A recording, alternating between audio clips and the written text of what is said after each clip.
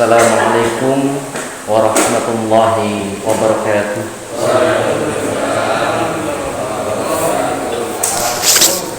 Innal hamdalillah nahmaduhu wa nasta'inuhu wa nastaghfiruh wa na'udzu billahi min shururi anfusina wa min sayyiati a'malina may yahdihillahu fala mudilla lahu wa may yudlil fala hadiya lahu.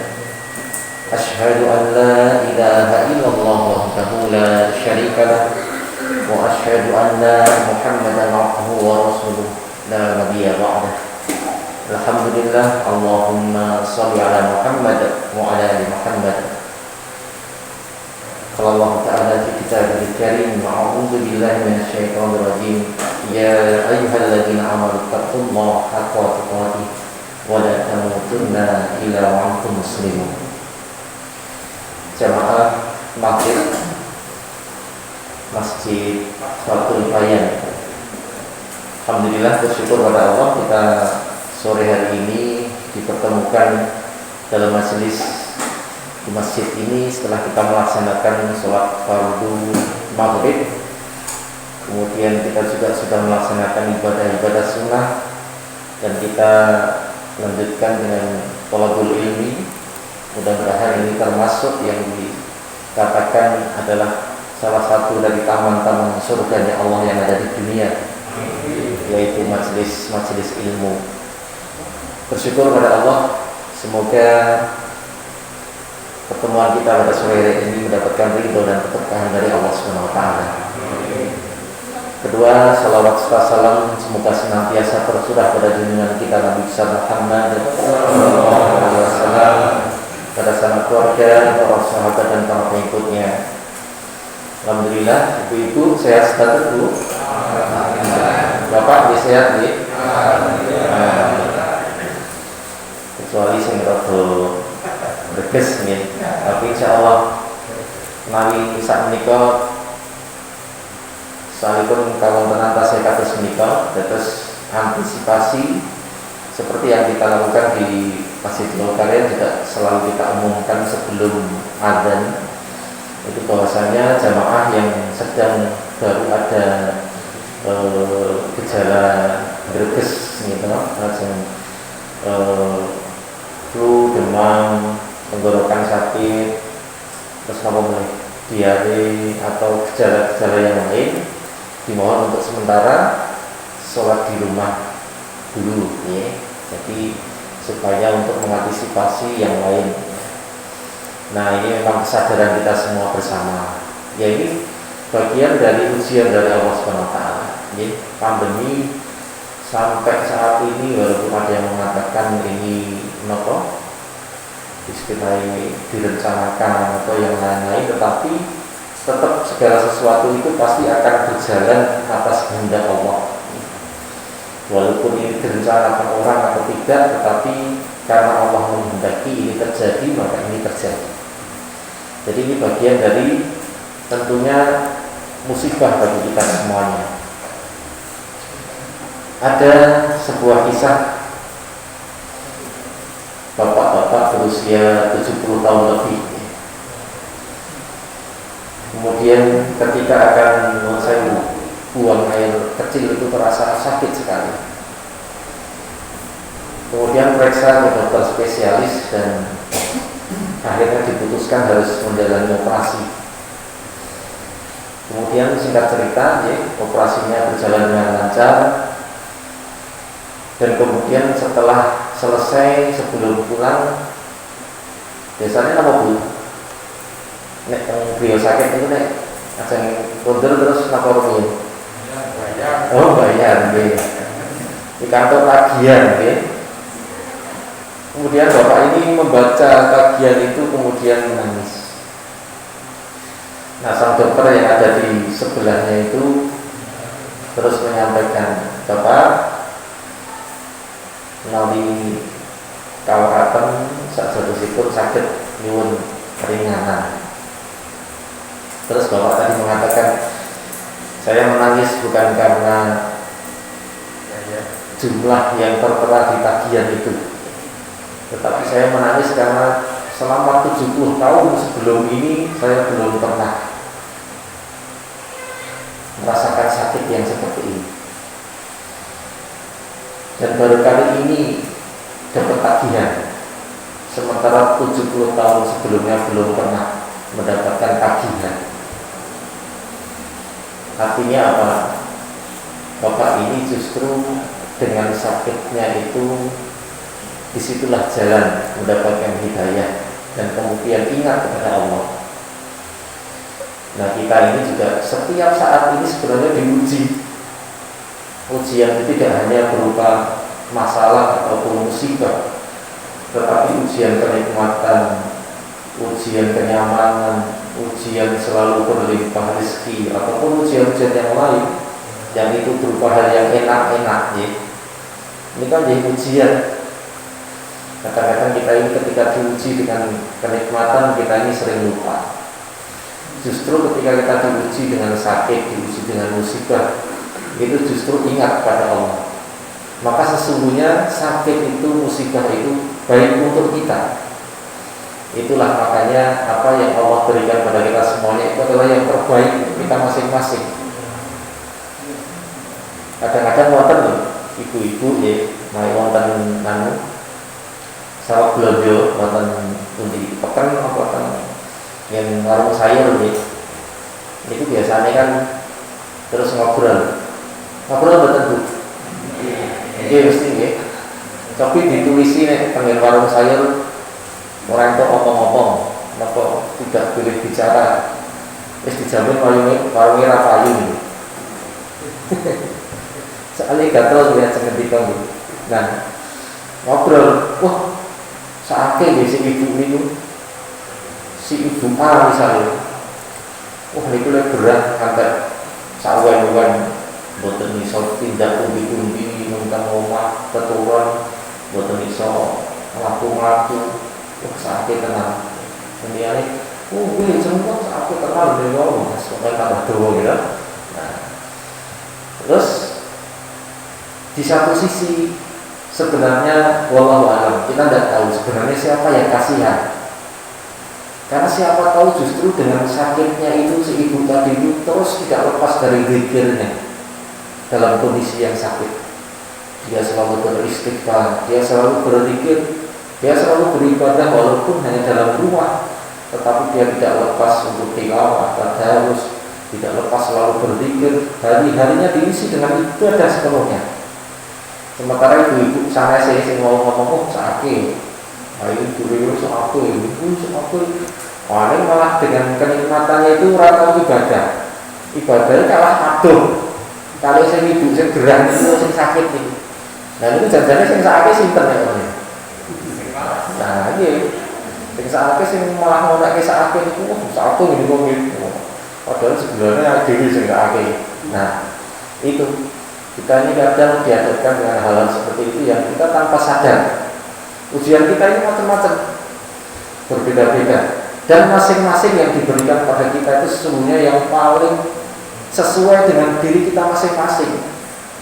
Mungkin ujian itu dengan wong liya, apa adewe itu ujian wong liya durung karuan mampu. Allah ini paling tahu dengan kita, kan Allah yang menciptakan kita.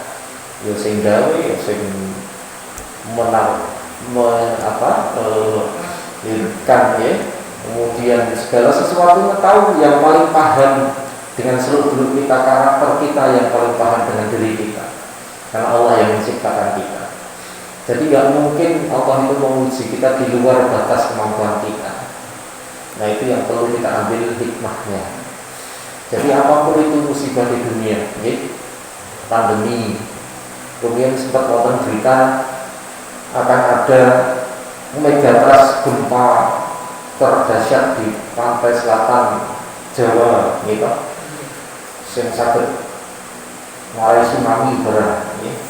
Siklus 300 tahunan katanya ada gempa dahsyat. Terus Merapi, ya, kalau ini sempat, gitu, waktu terus persiapan semuanya bikin posko, sudah sempat diusulkan yang usia tua, yang sepuh-sepuh, yang balita. Dan lain-lain. Kita manusia ini bisa mempersiapkan segala sesuatu itu dengan ilmu kita, ilmu yang diberikan oleh Allah kepada kita untuk mempersiapkan menghadapi masalah-masalah itu. tetapi tetap nanti yang terjadi adalah kehendaknya Allah seperti apa. Nah, maka sesungguhnya kita ini sedang dalam ujian dalam setiap saat yang kita hadapi ini adalah ujian dari Allah Subhanahu wa taala. Maka disinilah yang perlu kita introspeksi diri kita masing-masing. Apakah selama ini kita diuji entah itu dengan kenikmatan, entah itu dengan musibah, dengan kesusahan, apakah kita sudah benar-benar menjadikan kita lebih ingat, lebih dekat kepada Allah. Karena sesungguhnya wa khalaqal jinna wal insa illa liya'budun. Tidak diciptakan jin manusia hanya untuk beribadah kepada Allah Subhanahu wa taala. Maka yang dunia ini ibadah. Ning dunia iki ning kaya mampir ngombe gitu. Wong sering sing ngendika ngoten niku sing menyampaikan hal itu. Tetapi ora sadar nek jane ning mampir ngombe iki. Nek sadar nek nunjuke kathah itu. Lalu kalau dunia ini sing mampir ngombe Mas, berarti ini nunjuk mawon sing kathah itu. Nah, artinya sebentar sekali kita di dunia. Dalam surah Al-Hajj dan surah As-Sajdah itu disebutkan perumpamaan satu hari kehidupan kita di dunia dibandingkan dengan kehidupan di akhirat. Satu hari kehidupan kita di sisi Allah di akhirat itu seperti itu kasih kan 1000 tahun kehidupan dunia gitu. Nah, misalnya umurnya adewi itu sesuk 100 tahun gitu.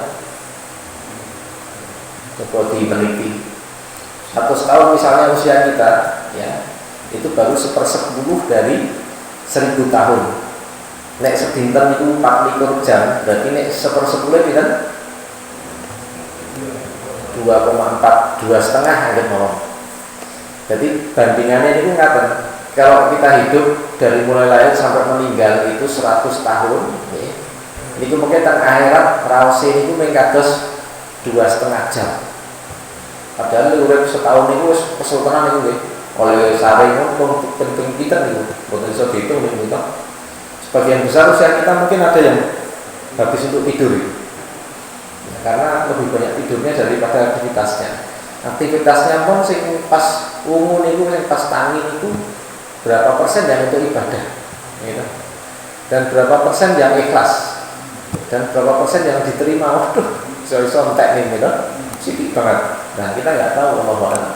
Makanya sebentar sekali dan akhirat itu nanti tidak ada ujungnya. Bukan nonton ngampungnya kekal lama-lamanya. Tapi bandingannya sak lamine gesang itu kaya tempe rasane iki kaya lek urip 2,5 jam itu. Sedilok banget gitu.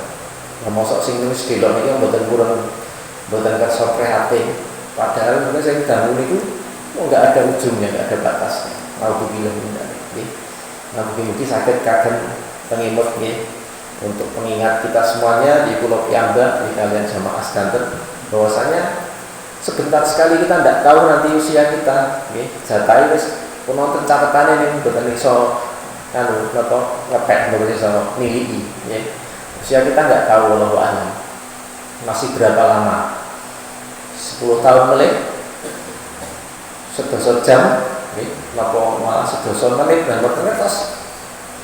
Nah, dados menika kan dados perlu untuk selalu mengingat bahwasanya ujian-ujian ini semuanya itu adalah harus kita sikapi.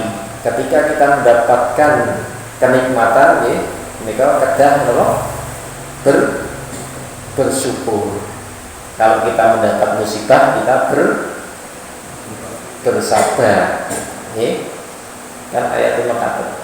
Nah, terus marilah mudah-mudahan ujian-ujian musibah-musibah ini akan selalu ada dalam skala kecil atau skala besar, karena kita di dunia ini memang tempatnya ujian. Masalah itu pirang-pirang gitu. Nah, ini sing kita karena masalah segala nih gitu. Ini. Nah, pada mawon iki sing ngomong ya pada mawon masalahnya kathah iki. Ning boten konangan mawon. Nah, artinya dunia ini memang penuh dengan masalah. Mungkin nek mboten nonton masalah itu tentu surga pun mboten nonton masalah itu. Mun saya udah nunjuk sak apa-apa sak enak-enake nek mboten perlu mawi buang. Apa nak apa tadi? Nah, saat ini kok sing tangan enake kaya ngopo nggih tetep mengki nonton sing dibucal gitu. Nggih. Nek mriko mboten nonton. Terus nika berpilih seketik mawon setunggal poin mawon, kita harus ingat bahwasanya hidup kita di dunia ini sebentar, dan di dunia inilah tempatnya kita mendapatkan ujian semuanya itu, yang nanti akan hasilnya lulus maupun boten.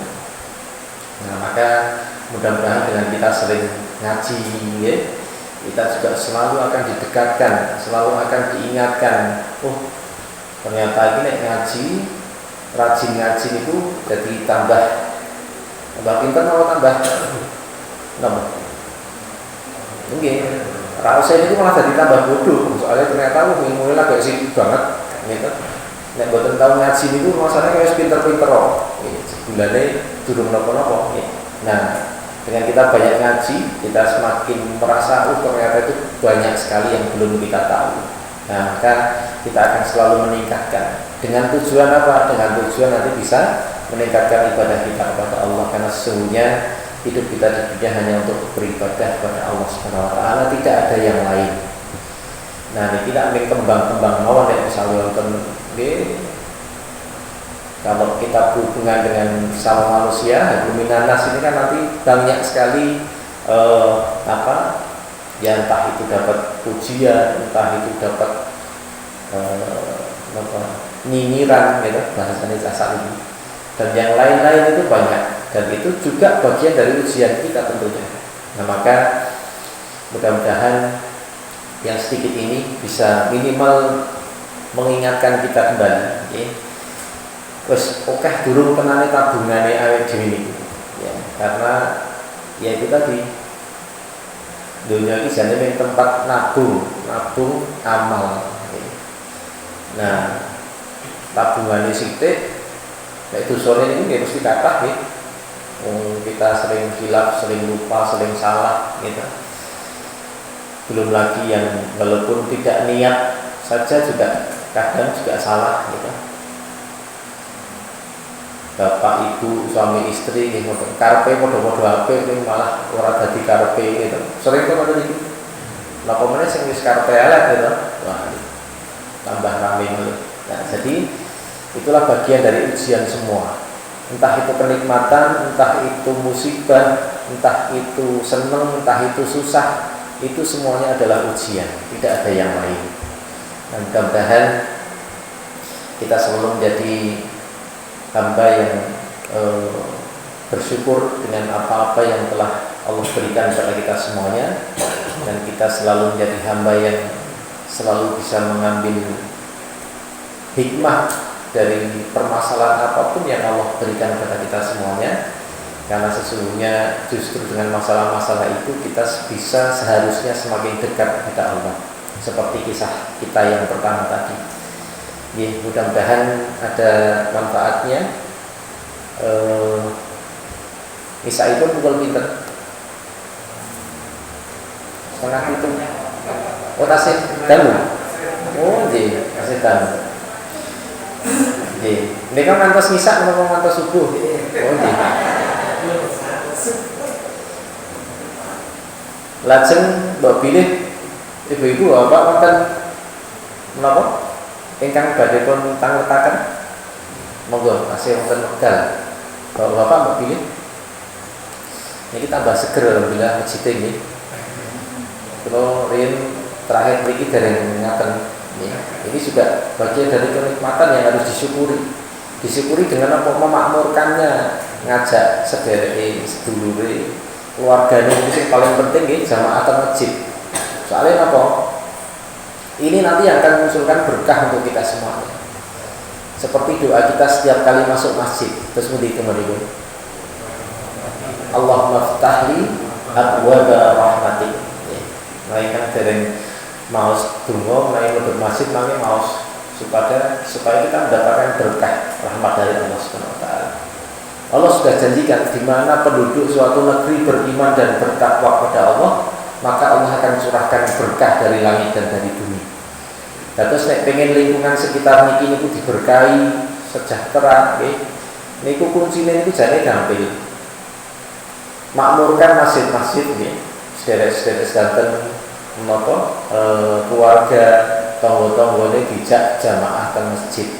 Mengke insyaallah sing makmur niku sing berkah niku lingkungan sak komplek niku akan Allah berkah. Kita ingat kisah ketika zaman Khalifah Umar bin Abdul Aziz, mana kemakmuran melanda seluruh negeri, mau membagikan zakat saja susah karena ya semuanya sudah mampu, semuanya sudah jadi muzaki, betul nonton sehingga jadi didumi melih. Karena apa? Ya makmur. Dan saat-saat itu kalau kita mau melihat dari sudut pandang yang lain adalah saat-saat ketika di mana sebagian besar atau bahkan tanpa terkecuali ya, kaum muslimin terutama sing lanang-lanang iki Pak, sing kaku-kaku sing jalur-jalur itu. Nah, itu sudah memenuhi sok-sok masjid ketika ada panggilan hayya shalah. Jadi setiap 5 waktu itu dipenuhi sok-sok. Maka Allah akan berkahi itu. Janjinya Allah tapi gampil itu urusannya Gusti Allah. Pun fayakun mengarep gawe berkah itu entah dari mana jalannya Allah berkahi. Tetapi yang jadi PR kita gimana caranya ngajak masjid ini makmur. Nggih carane napa nggih? Sedanten keluarga sedherek tangga iki dijak makmur ke masjid, mungkin sing makmur mboten sing salat tok, tetapi semuanya itu nanti makmur. Allah berkahi. Nah, maka mudah-mudahan nggih karena Islam ini rahmat bagi seluruh alam dan itu dimulai dari masjid. Nah, tidak ada Islam itu akan muncul keindahannya kalau tidak dimulai dari masjid. Karena masjid itu adalah markas dakwah. Sama seperti ketika Rasulullah SAW pertama memulai berdakwahnya, dimulai dari masjid, ini pusat seluruh aktivitas. Maka bagaimana caranya masjid itu menjadi tempat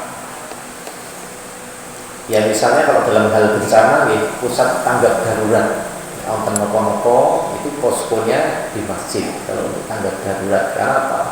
Ya disitulah nanti masjid bisa memberikan solusi-solusi permasalahan-permasalahan yang ada di sekitar masyarakat. Nah, dan tempat yang paling Allah berkahi karena ini rumahnya Allah, tidak ada rumah yang lebih diberkahi selain masjid-masjid. Nah, mudah-mudahan semakin makmur ya, jamaahnya walaupun dalam suasana pandemi ya, istilahnya ya, menapa tetap yang namanya tawakal itu bukan terus nek nggawa unta yo diculke mboten nggih, tetapi tetap ditambatkan dulu ditaleni nggih. Nah, kita tetap juga protokol kesehatan, nganggo masker gitu. Ini pas pengajian ini nganggo masker ya untuk gelagapan gitu. Nah, ini kalau copot ini muntah-muntah. Nah, yang lain tetap tidak apa-apa pakai masker ya. Kemudian cuci tangan. Sebenarnya protokol di masjid itu atau jamaah di masjid itu kalau ada yang mengatakan kerumunan itu salah. Benten banget kerumunan kalau jamaah itu benten. Karena jamaah itu tuh sudah dari rumah sudah wudu gitu. Sudah bersih cuci tangan wudu. Kemudian nek batal nggih kudu wudu melih. Mriki nggih boten wonten sing haid, boten wonten sing junub gitu, nun sewu. Nah, artinya kan resik. Dan itu beda kalau dengan teng pekan napa teng pundi lah, mesti nggih warna-warna apa sih reget sih.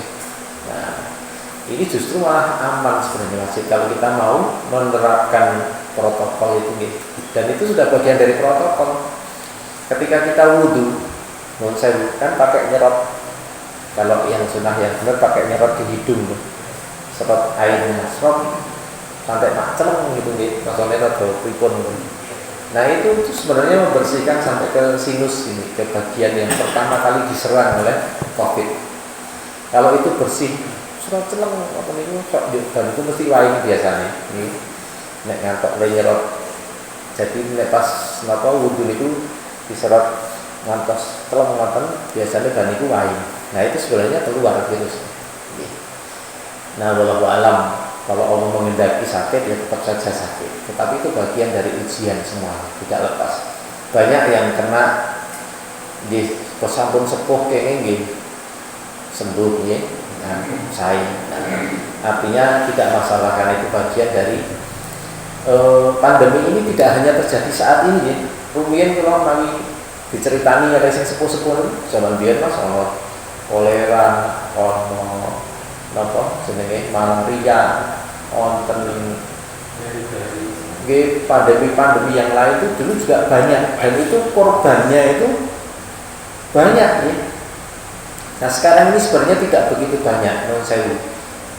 Ini kalau di data di Jawa Karian saja ya, dari tahun 2018, 2019, terus kemudian 2020, 2021, 2 tahun sebelum 2 tahun pandemi.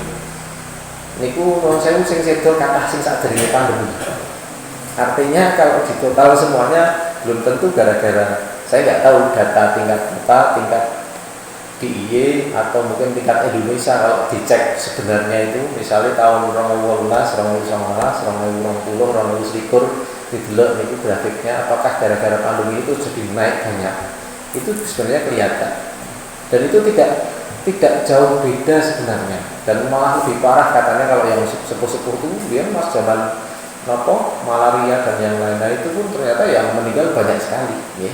Ya, artinya tetap setiap masa, setiap saat itu akan ada musibah-musibah yang itu semuanya bagian dari ujian. Nah, tetap dengan ikhtiar, tapi kita juga memakmurkan masjid karena apa? Di masjid ini itu tempat yang paling enak untuk kita mengadu kepada Allah ya. Dan itu membawa ketenangan. Di masjid itu sing marai tenang loh, dikir. Nek teng omah itu tetap suasananya beda. Nek teng masjid itu dadi raosnya tenang. Nah tenang ini yang memunculkan misalnya kalau dunia medis itu hormon endorfin ya. Hormon sing marai positif, sing marai seger, marai sehat ya. Nah itu penting karena apa? Kebanyakan sakit kita ini 70% itu dari psikologis ya. Dari psikologis itu dampaknya lebih besar. Misalnya ini wong sing kenging apa? Covid nih sama-sama kena, tetapi karena panik, gelisah tiap hari, wah pikirannya itu, nah itu menambah sakitnya tambah parah. Tapi nek sing seneng, nih, misalnya beberapa contoh teman-teman kita yang kemarin misalnya positif, yang isolasi mandiri sendiri, orang koncone, karo sing bareng-bareng, karena ada shelter kumpul bareng, ngono gojek bareng gitu. Niku lebih cepat mari sing kumpul nonton koncone gojek-gojek. Nah sing dhewe niku kan terus mungkin bayangke terus dadi wah pikirannya tambah kuwi werna-werna gitu. Wah pikiran macam-macam lah itu terus jadi seperti itu. Jadi insya Allah mudah-mudahan tidak ada apa-apa. Dan pandemi itu juga kalau sudah semakin penyebarannya semakin luas juga sebenarnya ada yang bilang itu virusnya juga semakin melemah. Ya, artinya dampaknya kan sekarang kalaupun positif itu juga sudah nggak ada OTG istilahnya ya. Tidak tanpa gejala ya. Kata-katanya seperti itu ya, walaupun ada yang dengan gejala tapi mudah-mudahan semuanya kalaupun kena itu memang kehendak Allah ya. Tinggal nanti kita itu posisinya adalah yang dihitung kita itu adalah ibadah kita, prosesnya gitu. Dalam posisi kena ini kita banyak berzikir, banyak beristighfar, banyak beribadah, itu menjadi kebaikan untuk kita ya. Sama dalam ibadah ini kita ngajak rencang-rencang sanasi, sederek-sederek sanasi jamaah teng masjid niku nggih mangke itu menjadi hitungan ibadah kita. Masalah berhasil kok dijak bola-bali tetap ora gelem ning masjid mboten apa. Ukuran kita itu bukan berhasil enggaknya dalam dakwah, berhasil enggaknya orang ngajak orang, tetapi adalah dalam masa ngajaknya itulah yang menjadi tabungan kita. Saya angel sing dijak, saya merentol niku artinya ya malah pahalanya dadi saya gede jan gitu. Nah, karena kan tabungan kita. Nah, artinya tidak ada yang sia-sia, okay? Nah, masalah hasil itu hidayah dari Allah itu adalah wilayahnya Allah. Jadi nilai kita itu bukan masjidnya ramai, misalnya pengurus masjid ramai berhasil sholat kabeh, bukan itu ukuran kita. Tetapi dari proses ngajaknya itulah yang jadi tabungan kita. Jadi tidak ada kata-kata gagal, tidak ada kata-kata tidak berhasil dalam dakwah ini. Semuanya berhasil asal kita berusaha maksimal sesuai kemampuan kita dan ikhlas karena Allah Subhanahu wa taala. Nggih, bila mekaten nggih Ibu-ibu Bapak untuk kajian pada sore hari ini, sore malam hari ini, mudah-mudahan sekali lagi kita selalu menjadi hamba-hamba yang bisa bersyukur dalam kondisi apapun yang Allah berikan pada kita, dan kita selalu bisa mendekatkan diri kita pada Allah. Kita mudah-mudahan dijaga dalam lingkungan keluarga-keluarga kita yang selalu mengingatkan kita untuk semakin dekat kepada Allah, dan mudah-mudahan kita diakhirkan dalam keberkahan dan husnul khotimah. Wabillahi taufiq wal hidayah. Assalamualaikum warahmatullahi wabarakatuh.